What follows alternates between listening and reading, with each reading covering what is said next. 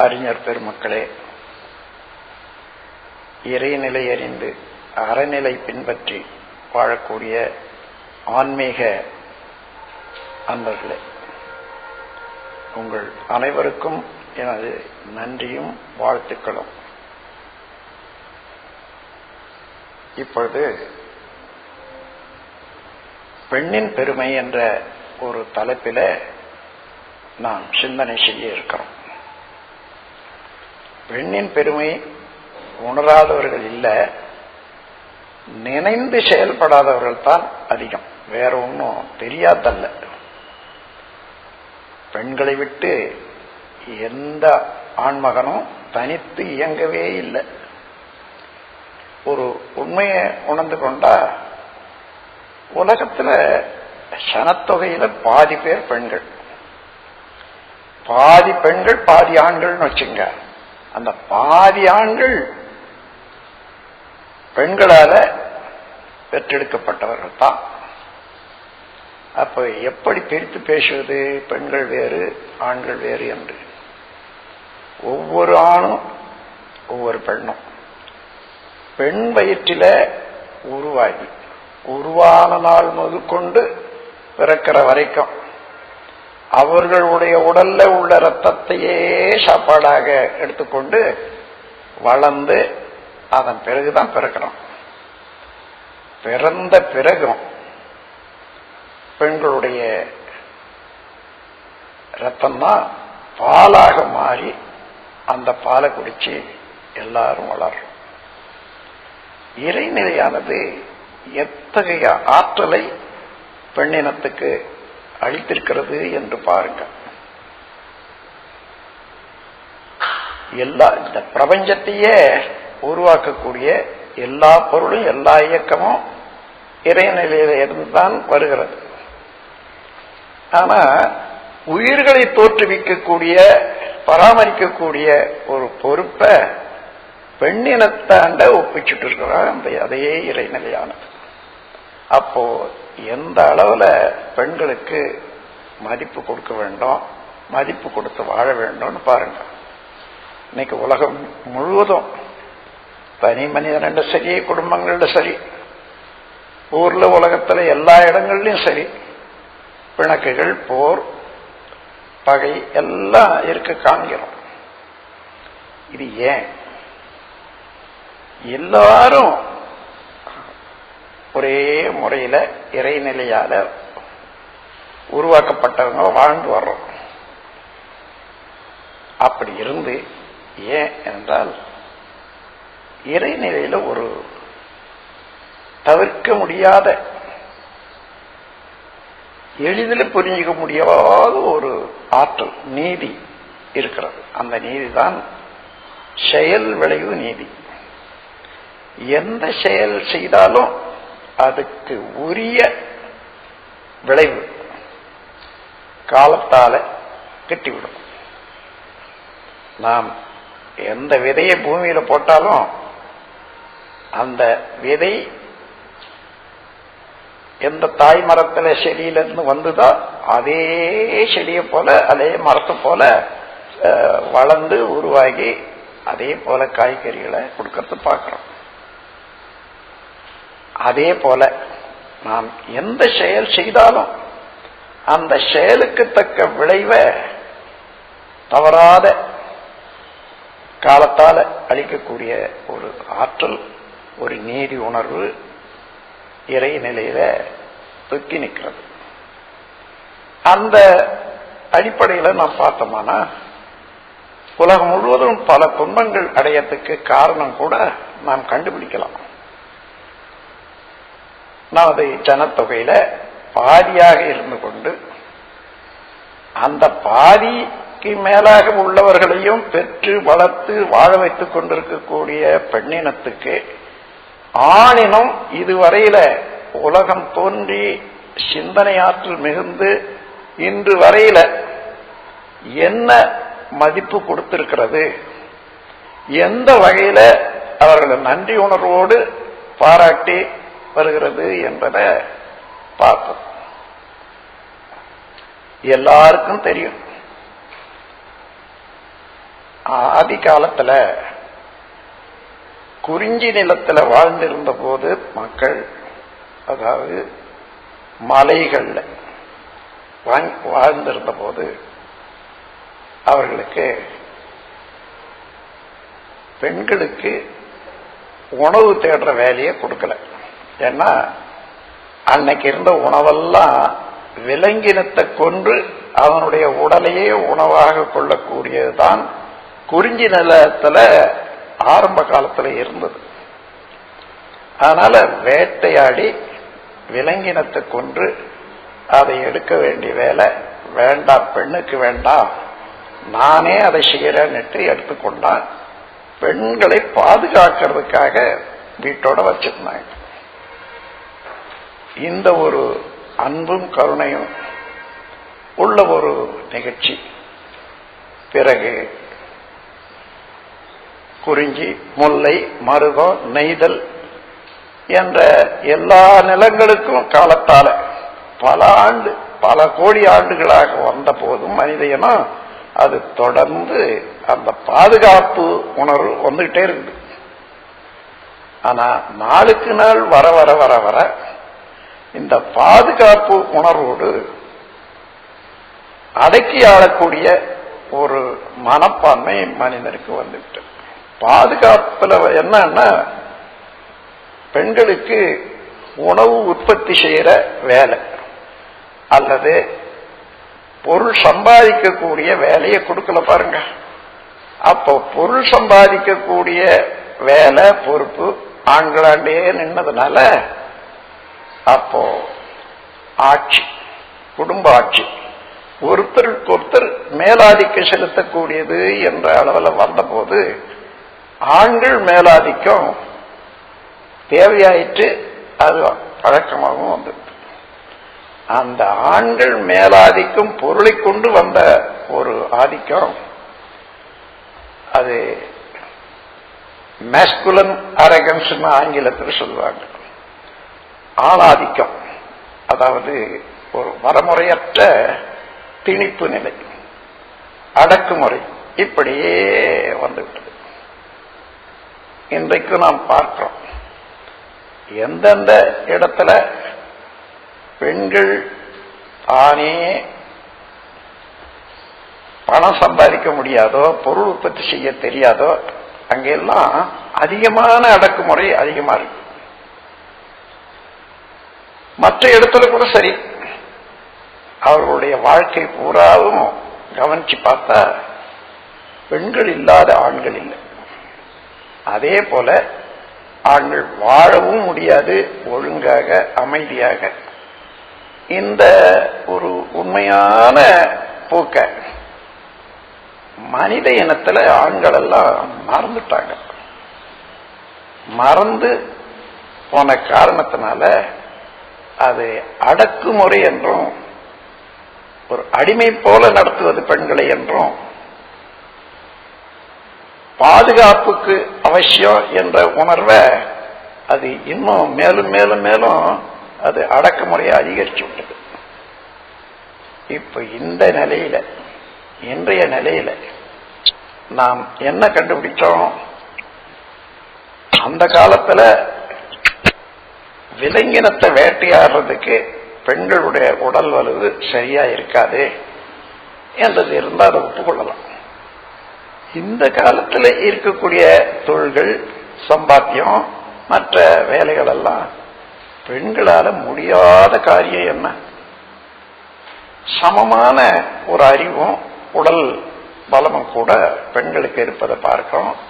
இன்னும் இராணுவம், பாதுகாப்பு முறைகள் எல்லாம் பெண்கள் தலைமையேற்று நடத்துவதை, சிறப்பாக நடத்துவதை பார்க்கிறோம். இந்த நிலையில கூட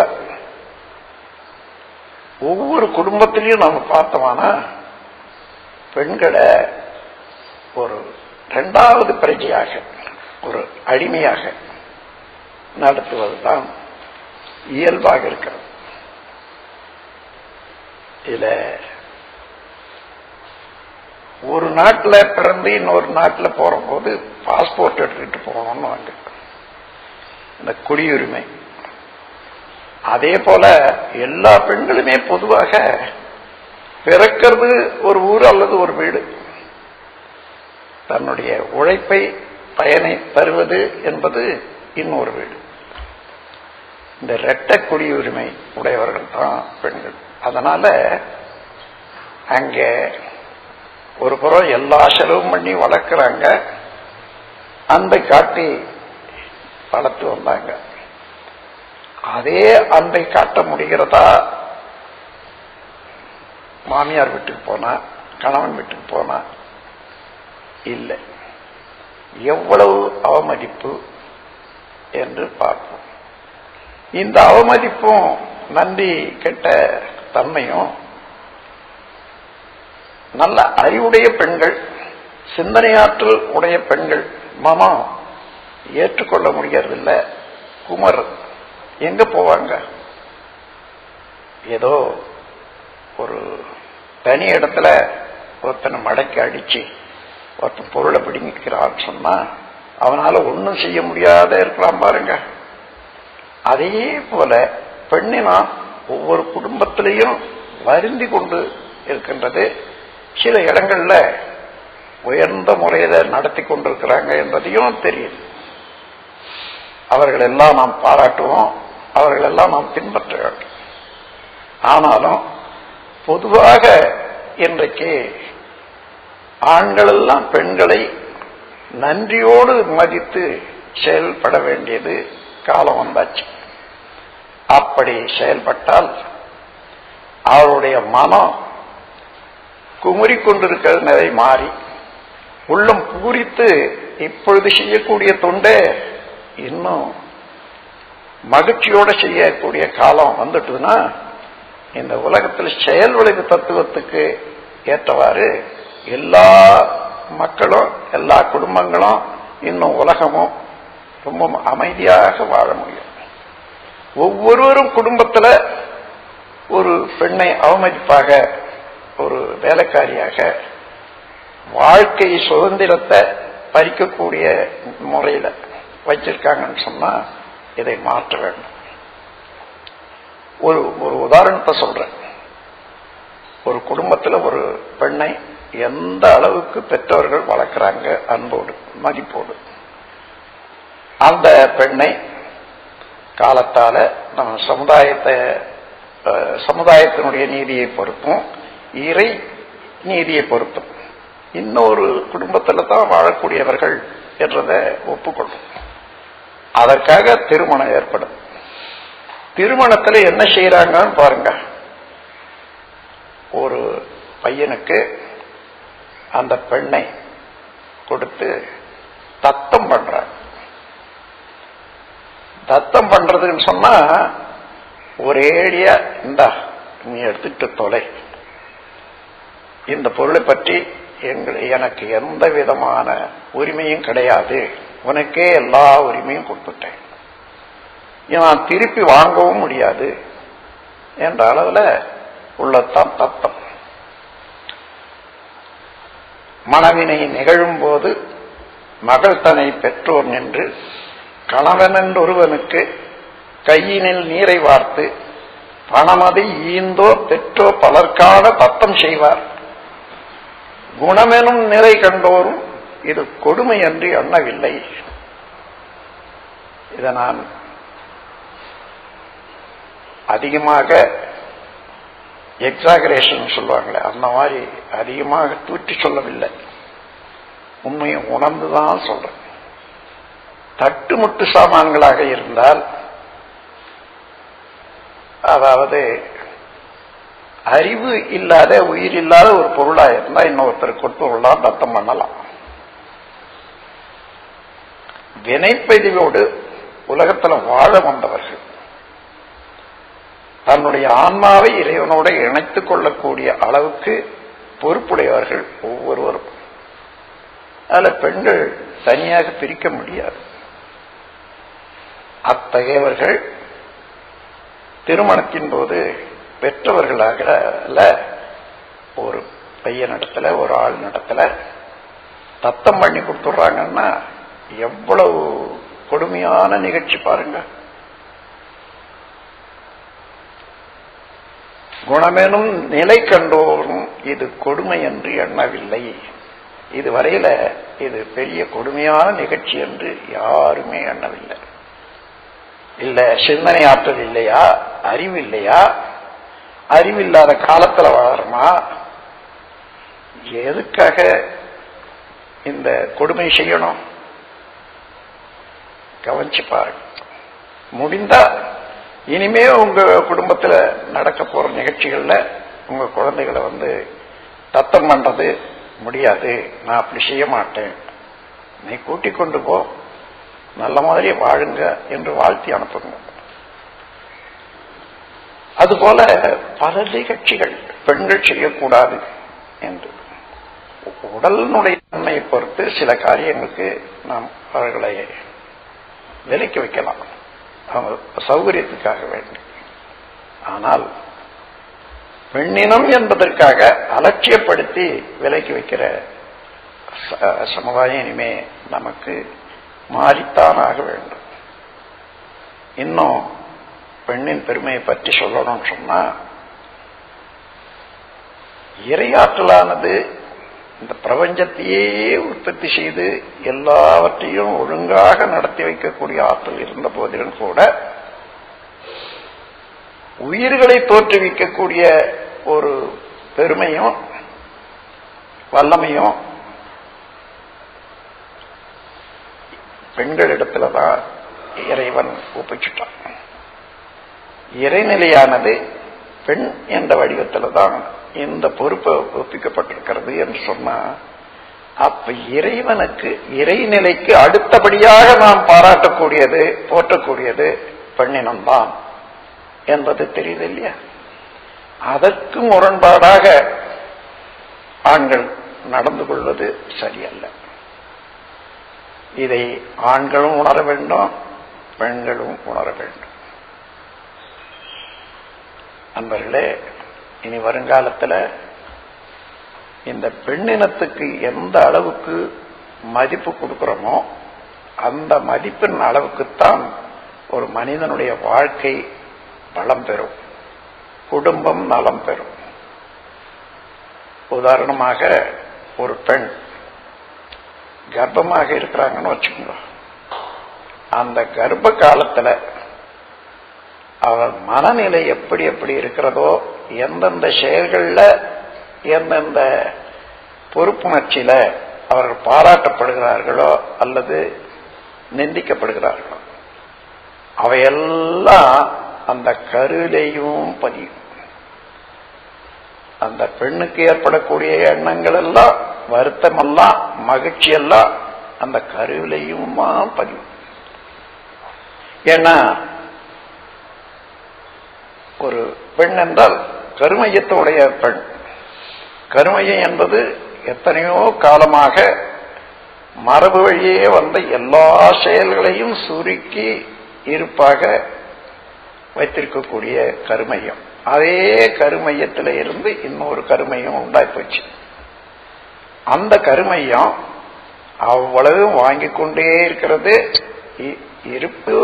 இருப்பதையும் டிரான்ஸ்பர் பண்ணிக்குது, எடுத்து காப்பி பண்ணிக்குது. அதோட நடக்கிறதெல்லாம் அங்கே காப்பி ஆகுது. இதை சோதனை போடுறதுக்காக சில குழந்தைகளை, அதாவது பெண்மணிகள் 7 மாதம் கர்ப்பத்துக்கு பின்னால டேப் போட்டு 1 மணி நேரம் பாட வச்சு அவர்களை கேட்டுக்கிட்டே இருக்க சொல்றது. சில சமயம் கேட்டுட்டு இருப்பாங்க, சில சமயம் தூங்கிடுவாங்க. குழந்தை பிறந்த பிறகு அந்த டேப் எடுத்து போட்டோம்னா எவ்வளவு அழையா இருந்தாலும் சரி உடனே நின்றுடும். அந்த குழந்தை அந்த டேப்ல வரக்கூடிய சத்தத்தையே பார்த்துக்கிட்டு அப்படியே இருக்கும். இத சென்னையிலையும் நாம் அதை டெஸ்ட் பண்ணி பார்த்திருக்கோம். விஜயவாடாவிலையும் ஒரு ஆராய்ச்சி மன்றத்தில் இதை நடத்தி பார்த்திருக்கோம். பல குழந்தைகள் அதே போல தயார் பண்ணாங்க. அந்த குழந்தைகள் எல்லாம் தெளிவாக இருக்காங்க, நல்லா இருக்காங்க. திருவாளர் ராஜு அவர்கள் அந்த ஆராய்ச்சியை நான் அதை வெளிப்படுத்தல இருந்து அதை ஆராய்ச்சியாகவே நடத்தி அவர் பார்த்தார். நண்பர்களே, அப்போ நாம் நல்ல குழந்தை வேணும்னு நினைக்கிறோம். நல்ல குழந்தை எப்படி உண்டாகும்? ஆண் பெண் 2 பேருடைய தொடராகத்தானே வருகிறது குழந்தை. இந்த 2 பேருடைய உடல் உள்ளம், நேர்மை, வளம், இதை பொறுத்துத்தானே இருக்கும் குழந்தை. நாம் வேற மாதிரியாக இருந்து குழந்தை வேற மாதிரியா இருக்கணும்னு சொன்னா, விதைய ஒண்ணு போட்டுட்டு இன்னும் காய் வேற மாதிரியா வரணும்னு நினைக்கிற மாதிரி தான் இருக்கும். அதனால நமக்கு எந்த மாதிரியான குழந்தை வேணுமோ அதுபோல ஆம்பளையும் பெண்பிளையும் அது ஒழுங்கா நடந்து கொண்டு ஒருவரை ஒருவர் ஆமோதித்து உணர்ந்து வாழ வேண்டியது அவசியம். அதுலயும் அந்த கருவுற்ற காலத்துல பெண்மணிகளுக்கு மிகவும் மகிழ்ச்சியான ஒரு சந்தர்ப்பமோ சம்பவங்களுமே நிகழக்கூடிய அளவுல அது ஒரு விழா காலம் போலேயே வச்சு பாதுகாக்க வேண்டியது உலக நன்மைக்காக, குடும்ப நன்மைக்காக, அந்த குழந்தையினுடைய வளத்துக்காக. அப்படி செய்து பாருங்க. ஒரு 10 குடும்பத்துல அந்த குழந்தைகளுடைய ஏற்றமும் அந்த குழந்தைகளுடைய வளர்ச்சியில விளையக்கூடிய விளைவுகளும் எல்லாருக்கும் சொந்தமா இருக்கும், உலகத்துக்கே சொந்தமாக இருக்கும். அன்பர்களே, இத்தகைய முறையில பெண்ணினத்தை இதுவரையில நாம மதிப்பு கொடுக்காத இருந்தால் பழக்கத்தின் வழியே வாழக்கூடிய ஒரு நிலையில வந்ததுதான் என்று தெரிந்து கொண்டு இனிமேல் விளக்கத்தின் வழியே வாழ்வோம், பெண்களுக்கு உரிய மதிப்பை அளிப்போம் என்ற ஒரு உறுதிப்பாடு எடுத்துக்கொண்டு நம்முடைய மாற்றம் வாழ்க்கையில மாற்றம் வேண்டும். நான் எனது குடும்பத்திலே பார்த்திருக்கேன். ஒரு சமயம் நல்ல உணவு சமைப்பாங்க, அற்புதமாக இருக்கும், நல்லா சாப்பிட்டு எழுந்திருக்கும். அப்புறம் கொஞ்ச நேரம் பொறுத்து யோசனை பண்ணுவேன், இவ்வளவு நல்ல மாதிரி செய்தாங்களே, பாராட்டி ஒரு வார்த்தை கூட நான் சொல்லலையே என்ன நினைப்பேன். அது இதுவோ அப்படி சொல்றது வெக்கமா செய்யக்கூடாத செயலை செய்யற மாதிரியா இருந்தது.